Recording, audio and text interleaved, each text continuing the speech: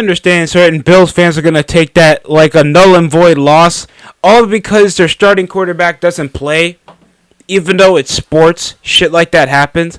I hate whenever fans get upset, they want to retcon a loss over just a depiction that everybody's supposed to stay healthy.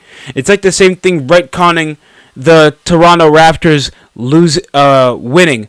Hell no, if they had a full roster, they would still lose in 6. Because other than the Warriors being an OP team overall, they struggled all the way through the conference finals to even get to the NBA finals.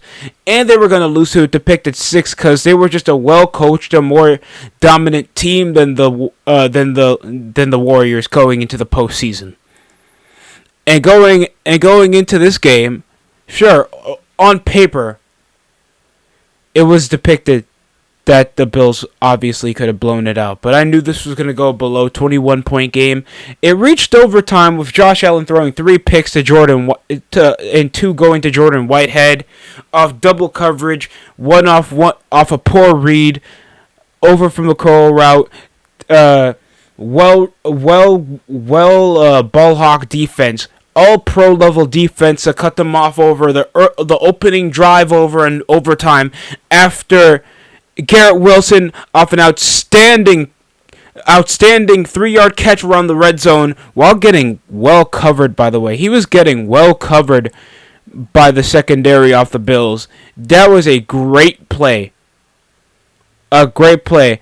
I don't think it was Jordan Poyer that was on him on defense. It was Tre'Davious White. He had him, and he was volleying around the end zone over the ball anyway. And they were down by 10 after it was a 3-3 deficit, and the Bills opened off the scoring touchdown anyway.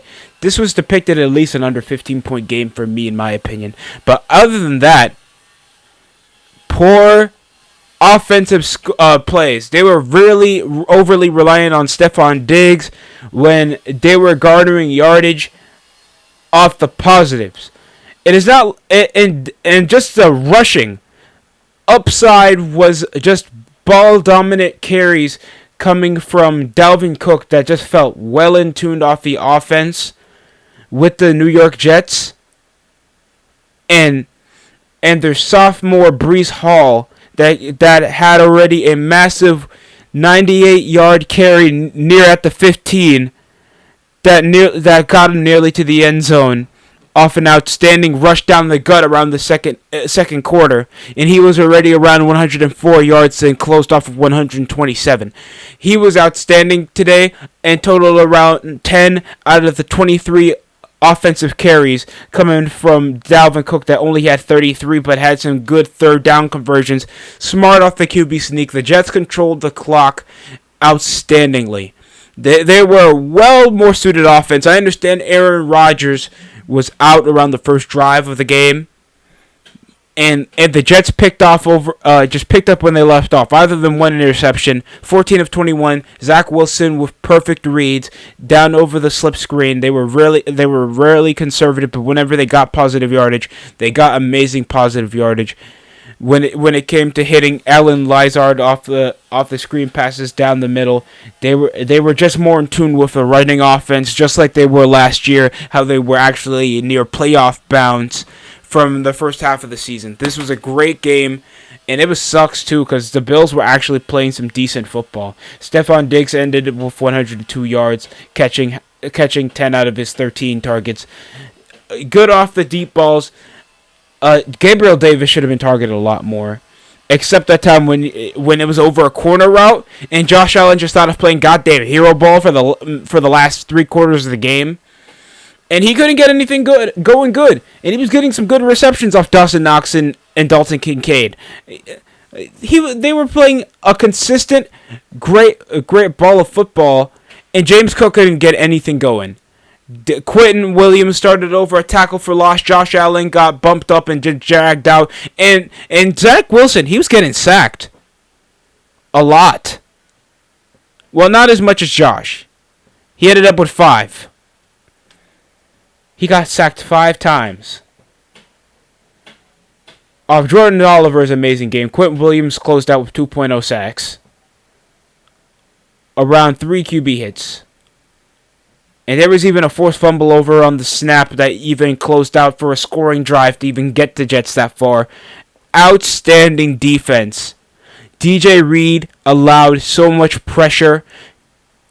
Quentin Williams coming out of a contract year. Usually you see defensive players like that, especially around the nose, try to instill pressure, and he's just so great making sure Josh Allen doesn't create his own passes off the pocket like he usually does because he thinks he's a Mahomes, but he's really not. And this really put down the peg out of the Bills that somehow have always the worst upsets against either the Chiefs or any other AFC East divisional opponents. Because we all remember both Miami and Buffalo were starting off undefeated, and the Bills lost over poor play calling and just terrible decision making of Josh Allen. That's why he doesn't have the control on the offense like Dak Prescott. As much people want to shit on Dak Prescott, he's an exceptional quarterback.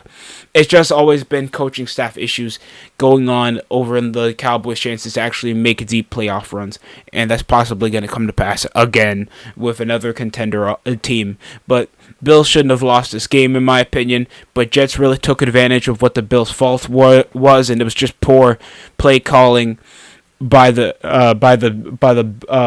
Josh Allen.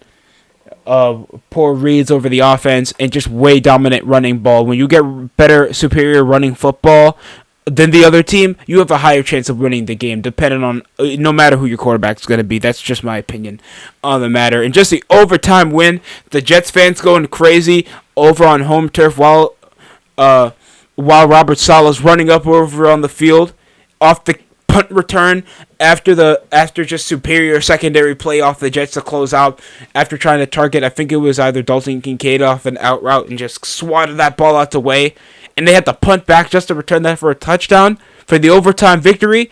That's how to close out the opening week of football. This was a great week, massive upsets. Great win. We understand the Giants came out of a primetime blowout, and this ended in an overtime thriller with Aaron Rodgers out for possibly around the half of the season. The way he got sacked, where he fell over his back heel, it's going to last half the season. Ruled out over an ankle injury. That's probably going to be it. Hopefully he'll still be able to walk. So shout out to Aaron Rodgers. Your team still got the job done. That's one win for the Jets to open over the season. Next to the Miami Dolphins that also have a win. So I guess they're second best currently on the AFC East. Great game. Massively entertaining the way the upset was. Josh Allen needs to... this is the Madden curse. The Madden curse in full effect.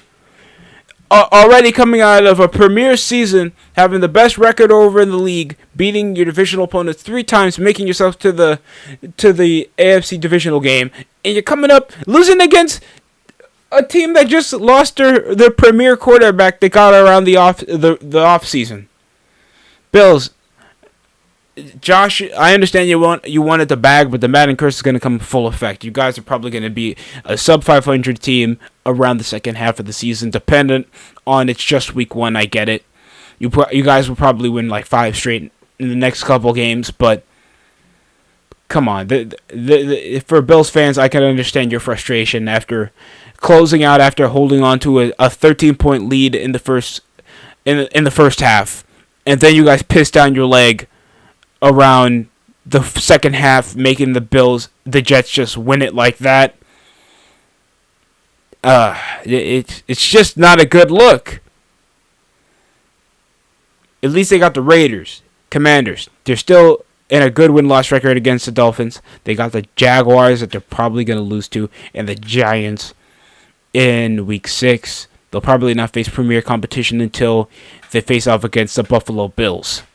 The Cincinnati Bengals on the road. So they have a lot of competition in the second half of the season. And primarily on the road, just like they did with the Jets. So that's probably going to be their kryptonite in this start of the season. We'll get to see further on. It's only week 1, but what a way to close it off. We'll get further news. I'll probably get further updates over what's going on later in the football world. We understand we're going to kick off week 2 on Thursday night in a massive game opener. I think they're doing the Monday night doubleheader in the second week of football instead of the week after, and that's kind of instead of the opening week. They usually do Monday night doubleheaders, but they're having two. They're having the Saints versus Panthers over at 7 p.m. and then they'll close out.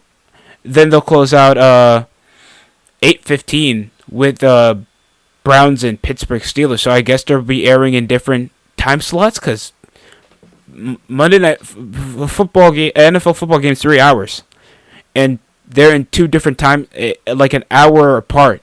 So I don't know how. I think one's gonna be streamed either on CBS, the other one's gonna be on. I think they'll put Browns and Steelers on ESPN. And Jets got a massive game against the Dallas Cowboys. So we'll get further news on that. If you guys want updates, probably stream it on the channel.